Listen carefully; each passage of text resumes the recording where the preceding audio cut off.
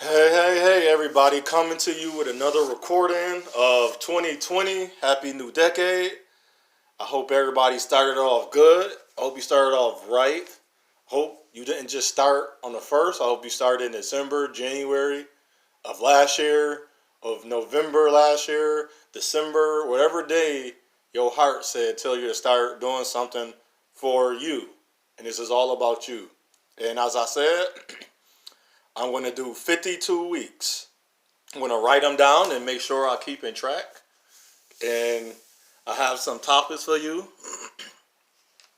And I hope they're going to be good. And throughout the week, I'm sorry I waited till Saturday. I didn't even feel like doing it. But I said, I think 52 videos for 52 weeks is going to be good enough.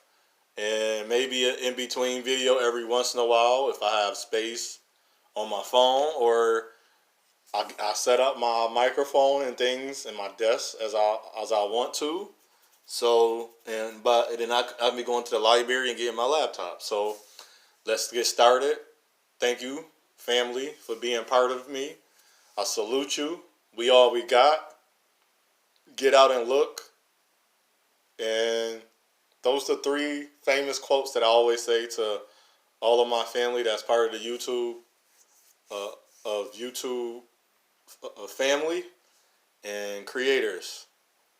And the first one for 52 weeks, the first topic is recovering. Which I did a recovering one last year, but we in a new year.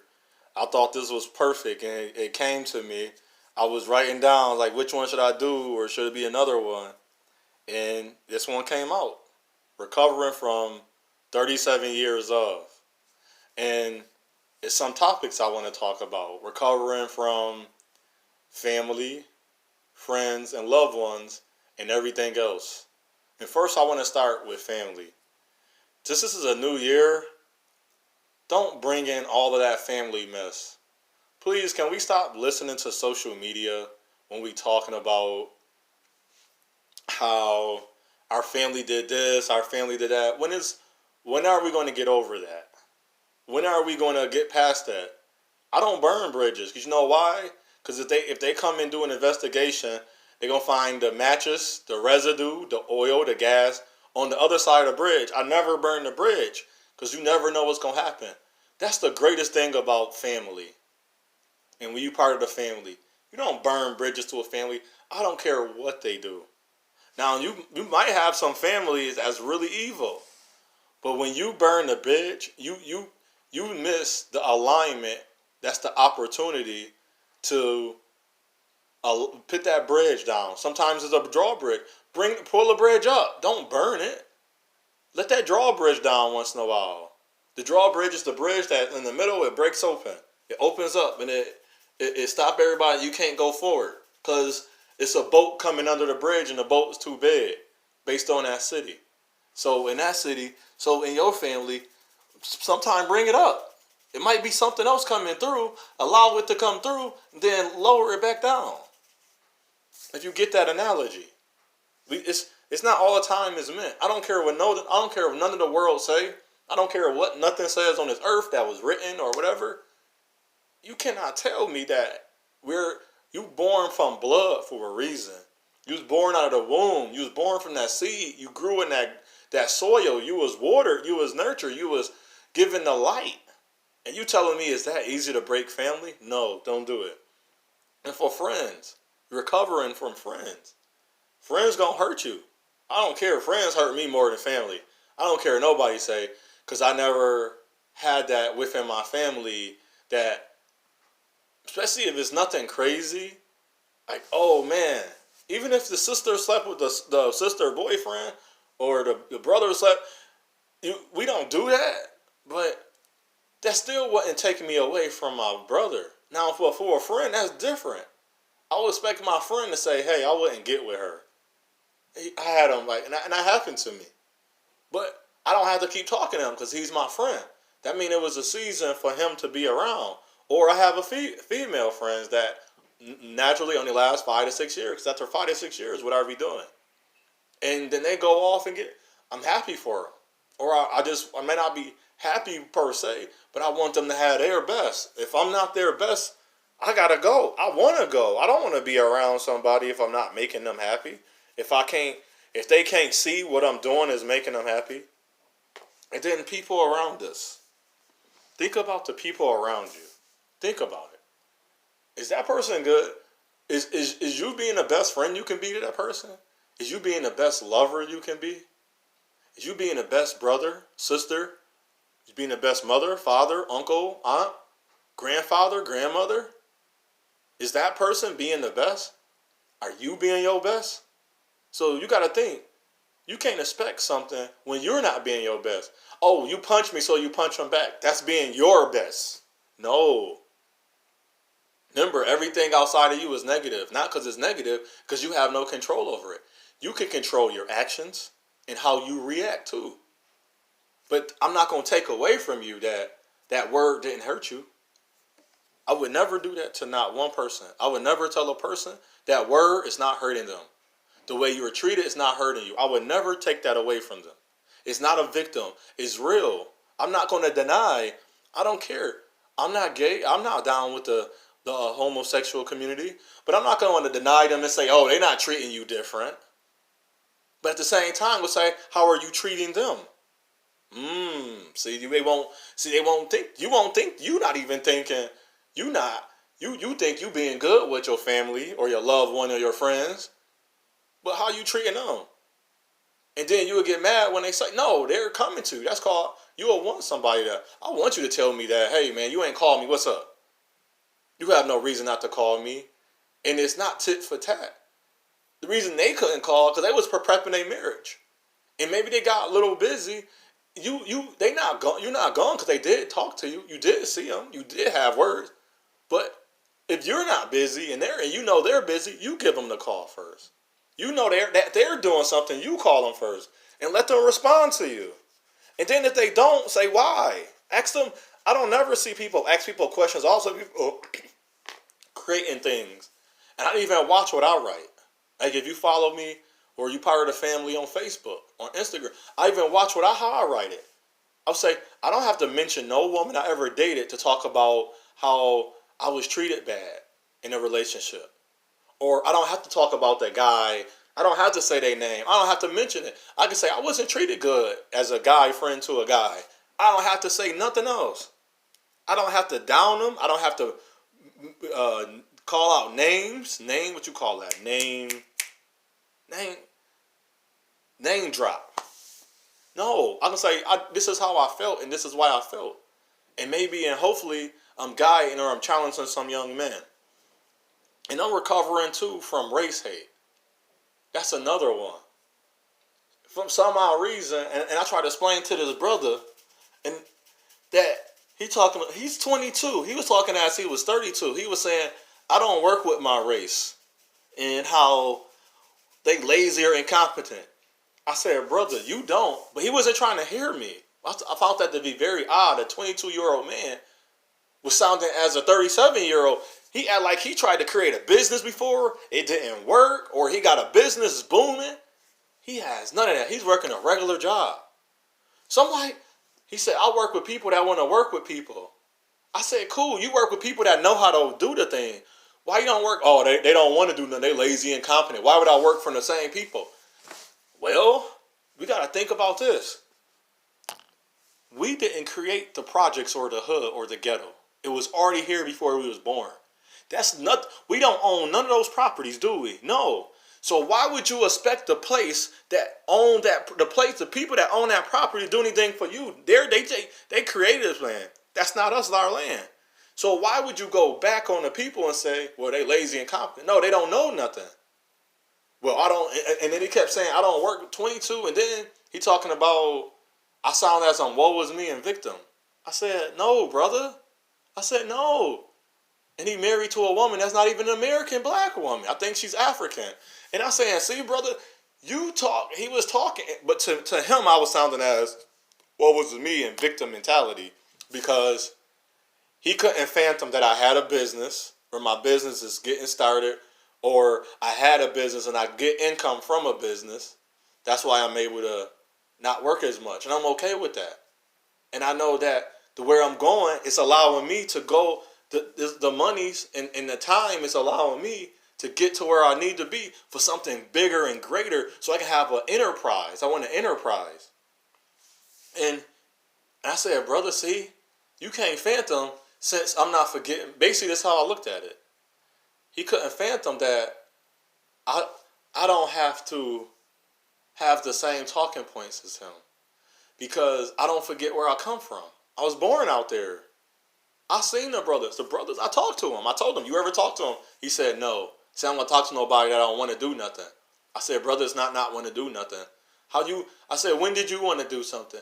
But he wasn't trying to receive what I was saying. And then, for the funniest part, every time I talk to people that do that, they start calling you names. I said, brother, I ain't call you one name. And I try to uplift them and say, well, I hope you never go through the same strife I went through. I hope you never been told that you overqualified. I hope you told, because in so many words, because of your skin color. Because you can go to a company, and I told them, I've been to companies where it's no African Descendant Man. It's not even it's no ebony people, no indigenous people. There is no indigo people. I said, brother, what does that tell you? He said, nothing. That mean no. I was like, brother, I went to an interview. It was 6 of us. They didn't hire one of us. They didn't even hire the Puerto Rican or the Asian dude. So I said, brother, they kept it in theirs. He said, I'm being racist. I only want to work with the same race. I said, that's racist? I said, dude, you live in America and you saying I'm racist because I want to build something for people that don't have no understanding, and then show them and guide them how to understand. I didn't have a business mind at 18. I was thinking about playing basketball. I didn't have a understanding if I should know the law at 18. I didn't have this until somebody said something, but they wasn't pouring hatred inside of me. I told them I said, somebody poured so much hatred in you. And I said, you know what you're going to end up doing? You see how you think so negative about the same race people, right? Your own race. You're born here, your wife not. You try to tell me about how African immigrants don't get. I said, yes, they do, brother. We got this in Buffalo, New York. We do. They get treated different. I said, if y'all not watching the movies and how they're working, and I asked them for the same one. You know what they told me? They sang the same loan. They said, no, this is for them. I get a tax-free insurance for 20 years. I said, can I get that? Or can I get it for 10 years? They said, no. He tried to tell me. I said, brother, I have a business. I know. I worked. Besides, I tried my own business and I'm doing it again. I did it on my own. It wasn't I'm not working from somebody like network marketing. I had my own business. Selling things. That's mine. That was mine. And didn't know how to do it. But I didn't give up. And I said, brother, I had to reinvent myself. I'm recovering from 37 years of all these things. Family, friends, loved ones. Meeting people that's of the same race, thinking that I'm supposed to know how to run a business. At 22, he don't even have a business. He's still learning. But then he's telling, it's all this hate. I'm getting this. And I was told by my own race, young women, I can see why black women don't love you. I said, one of them said, black women don't like you, do they? It was like a question. I said, wow, that's very, it's kind of exposing, like, wow. And I can get that. I get that from when I be on panels and be looking at other women or talking to the other men. It's the black women just looking at me and saying things, and I'm looking at them saying, damn, you got so much hatred towards me. I don't even hate you. I'm just calling out the truth. If a woman hurt her daughter, she hurt her daughter. How come we can't acknowledge that woman hurt her daughter? I'm not going to protect her. A woman calling me all types of names, then she go get pregnant by the same type of name she's calling me. That's like the dude calling women trash and digging in the trash can the next day. I said, wow. So you telling me that's okay? No, that's called a spade a spade. This is wrong. And it's going to take a while to recover. And I'm going to tell you right now, it's okay. I ain't saying be evil. I ain't saying hurt people on purpose. And I'm not saying do people wrong. It's okay to be hurt. And it's okay to have time to recover. And to my brothers that do listen to me, I don't hate my same race women. I just know my plight. And I'm going to have some in the 52 weeks. So I want you brothers, and if you got jobs and you working class and you doing very well, don't look down on people. They just don't know. And if you don't want to be part of the community, that's going to be a community one day, don't come back. Don't be part of it. If you do, help. If you're going to help, do it. Don't do it to get a reward. We're not going to see no reward. Remember, it took them almost 50 years to allow us to do different things. Not even allow us, but as a whole country, took 100 years. Come on. Everything was, and people died. They died for us, and then they died because they wanted to see it. They didn't get to see it, but now we working in what they can see. The reason we have a platform is because of those people. And the reason our children gonna have a platform because of us.